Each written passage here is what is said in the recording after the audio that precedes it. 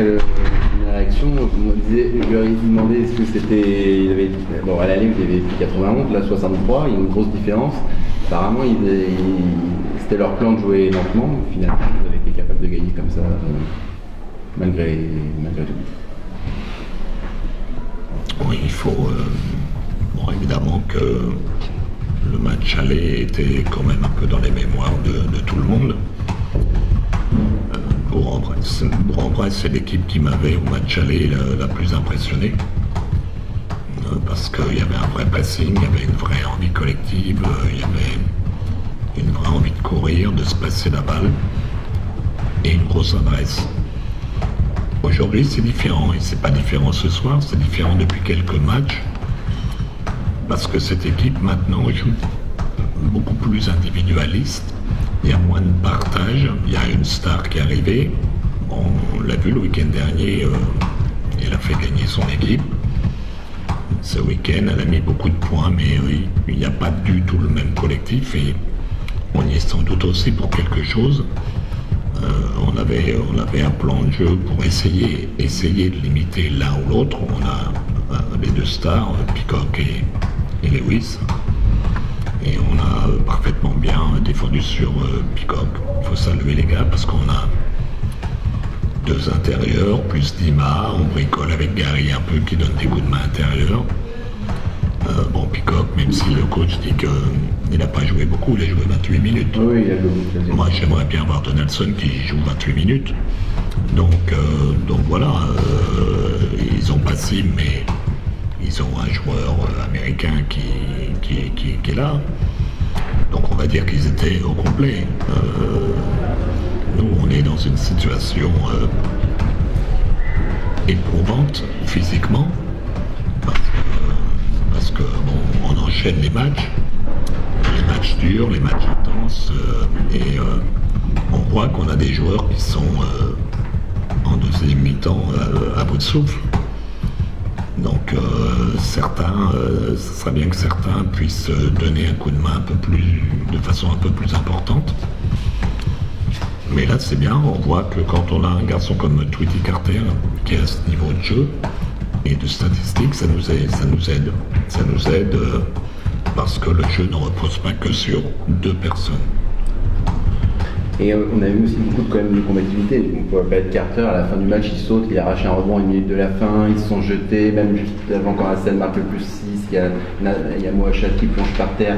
Il y a eu vraiment d'ailleurs le coach le disait tout à l'heure que vous arriviez sur l'agressivité, positive, il y a eu vraiment vous avez beau être fatigué, ils ont vraiment tout donné vos joueurs.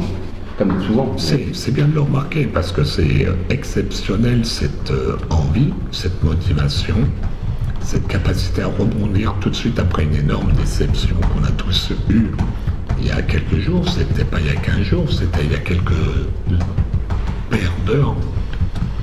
Donc c'est vraiment bien d'être capable de jouer avec toujours cette motivation, avec cette envie, avec cette combativité.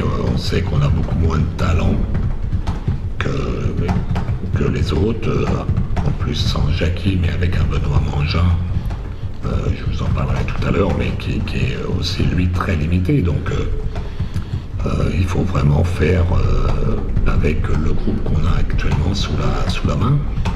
Mais l'envie, l'intensité, on se bagarre, on joue avec nos qualités, et c'est pour ça qu'on ne peut pas partir sur des matchs très offensifs et tenir une équipe comme Bourg qui score 86 points de moyenne à 23 unités de moins que ce qu'elle a l'habitude de faire, avec son potentiel tel qu'elle a, c'est une vraie satisfaction pour nous. Même mentalement, on voit quand à la fin de match est un peu difficile, on a l'impression que les garçons ne paniquent pas, on a vraiment l'impression qu'ils sont toujours concentrés, et ça aussi, alors que mentalement, en ce moment, j'imagine que c'est difficile. C'est dur, mais on essaye de donner un peu de repos, on essaye d'économiser un petit peu à l'entraînement certains, de gérer au mieux la récupération avec le staff médical. On bricole et là on renchaîne lundi, puisque finalement il n'y a pas de Coupe d'Europe, mais il y a un match à Pau mardi, donc on repart, mais bon, tant qu'on est dans ces résultats-là, c'est plus facile de repartir. Et puis là, on accroche le top 8. Cette victoire nous permet de prendre un petit peu d'écart avec certains poursuivants. Donc c'est bien, c'est bien. On va voir prochainement comment on va gérer le cas de Jakim Donaldson et de Marko Lekovic qui pour l'instant ne peut pas encore reprendre l'entraînement. Et puis on devrait regarder le marché parce que Benoît Mangin n'y arrive pas. Ça fait depuis le début de saison qu'il a mal à son pied.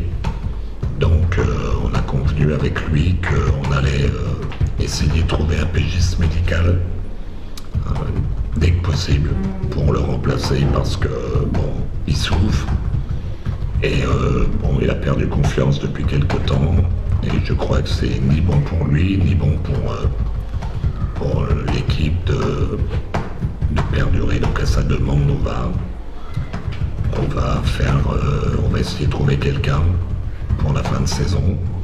Et puis Benoît, on va le mettre au repos. Et puis avec le staff médical, ils vont prendre la décision qui s'impose pour enfin, parce que ça fait quand même 6 mois que ça dure, pour enfin essayer de trouver une vraie réponse à son problème de pied pour qu'il soit apte pour le début de saison prochaine.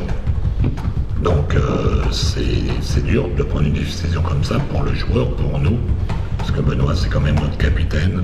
Et c'est vrai que depuis quelques semaines, il est atteint physiquement et atteint moralement. Et on ne peut pas non plus, comme on l'a fait avec Jakim, trop tirer sur la corde. C'est bon pour personne. Donc on va aujourd'hui être à la recherche d'un joueur pour le remplacer. Eric, comment on va faire pour trouver... C'est quel marché? Il y a des limitations. Je sais qu'on ne peut pas prendre du joueur de proie, par exemple. Comment on fait pour trouver un Français? On n'a plus qu'un joker médical, puisqu'on a un player, mais qui a joué 2 minutes 30. Mais ça nous a créé une cartouche, si je puis dire, vulgairement. Donc déjà, on va essayer de récupérer soit Donaldson, soit Lukowski, dès que possible. Et puis après, soit on prendra un joueur français, mais des meneurs français de haut niveau, il n'y en a pas beaucoup, ou alors ils ne sont pas pour les portefeuilles de mon président. Donc si on doit prendre à l'étranger, ça voudra dire que on sera sans doute obligé de faire comme Feybourg, de mettre un étranger en tribune à chaque match. Voilà, donc, mais on ne peut pas continuer avec Benoît, encore une fois,